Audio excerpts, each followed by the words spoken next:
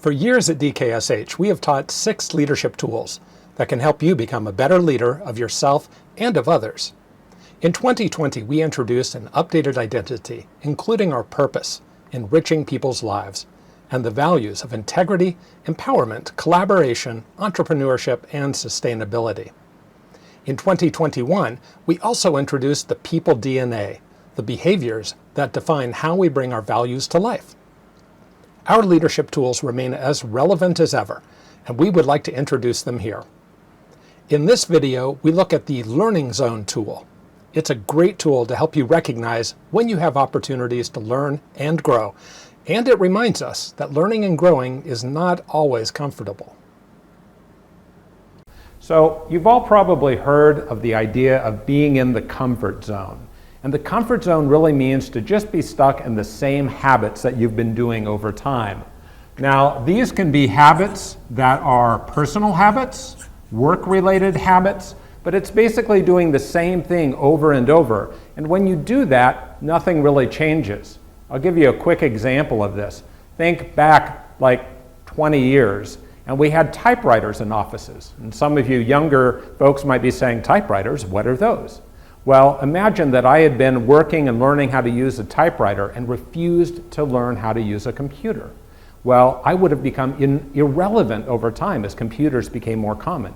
And today, computers are kind of going away. They're in the shape of phones. So things keep changing, and if we stay in our comfort zone, well, we're going to die a slow death. Now, the other extreme of the comfort zone is what we call the death zone. And this is a quick death. And the death zone comes when we are pushing ourselves way too fast and way too far outside of our comfort zone to the extent that we can't manage it. So this might be example, me being called up and saying, tomorrow you've got to go speak to the CEO and present to him. And actually, that's something I could do, but I might be really scared and worried about it. It might seem like my death zone. So there's a lot of stuff between the comfort zone and the death zone. Right inside the death zone is something we call the panic zone. And imagine for a second, if this is the death zone, what the panic zone might feel like. So the panic zone is very stressful. The example I like to think of is when I'm at home running on the treadmill. If I keep increasing the speed faster and faster and faster, and I'm really sprinting, I can do that for a little while, but over time, I'm not so productive, and I can't keep up that pace for the long haul. So the panic zone isn't necessarily a good place to be for long periods of time. Where we really want to focus on is the space between the comfort zone and the panic zone. And that has a lot of different names. Some people call it the growth zone or the opportunity zone. I like to call it the learning zone because that's where we have the opportunity to learn and grow. Now, the comfort zone and learning zone are different because the comfort zone, those are the habits we've kept using. The old rules have applied. As soon as we step out of the comfort zone and into the learning zone, well, it feels a little uncomfortable because the rules that applied in the comfort zone no longer apply in the learning zone. And so we've got to unlearn what we already know and learn new ways of working or being or relating to people. Now, when we're out in the learning zone, we're really stretching ourselves, we're working ourselves, and that can get a little tiring over time. So we don't necessarily want to spend all of our time in the learning zone, but we want to kind of alternate between being in the comfort zone and then in the learning zone, and then back in the comfort zone for a little bit and then back out into the learning zone. So over time, it might kind of be a pattern of out and back into the comfort zone, out into the learning zone, comfort zone, stretch ourselves into the panic zone, back to the comfort zone, learning zone, panic zone, back to the comfort zone, learning zone, comfort zone, and just back and forth. And that way, over time, we learn and grow. But what's interesting is what happens. The more time we spend out in our learning zone, our comfort zone actually begins to increase because the things that were unfamiliar, weird, new, different, strange, difficult, suddenly we realize, wow, I can do that. And it becomes part of our new habit, becomes part of our new comfort zone. Now, one last point I want to make is this dashed line between the learning zone and the panic zone. And this is really about self-awareness. When we're in our comfort zone and we first step out, it suddenly seems really, really frightening. We might panic. Oh my gosh, this is too difficult. I can't handle this. Freeze up. And we might think we're in our panic zone, but we're actually not. In fact, we're nowhere near our panic zone. We just stepped outside of our comfort zone.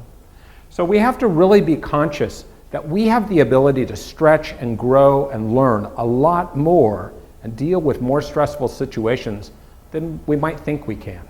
And so the learning zone, panic zone, the divide between that, a lot of that divide is just up here in our heads. As you can see, the learning zone is a powerful tool. How can you use it on the job? As you are working, be aware when you are just running on autopilot, just following the same habits and routines without any growth.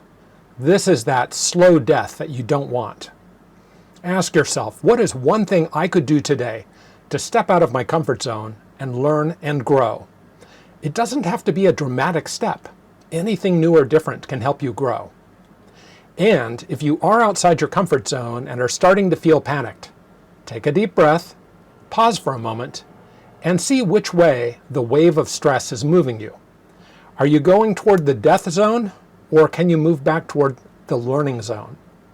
Usually, that pause is enough to help you reframe the stress and see it as a bit of discomfort that is normal and healthy and is not something to panic about. Finally, you can recognize that this tool isn't just about actions and behaviors. The comfort zone and learning zones are mostly about mindsets, pushing yourself to think differently and consider things in new ways. By doing that, you have the opportunity to learn and grow. Relating this tool to our DKSH values, what connections do you see? Integrity requires that sometimes we have to step out of our comfort zone to have difficult conversations. Empowerment requires us to step out of our comfort zone to take accountability for our actions.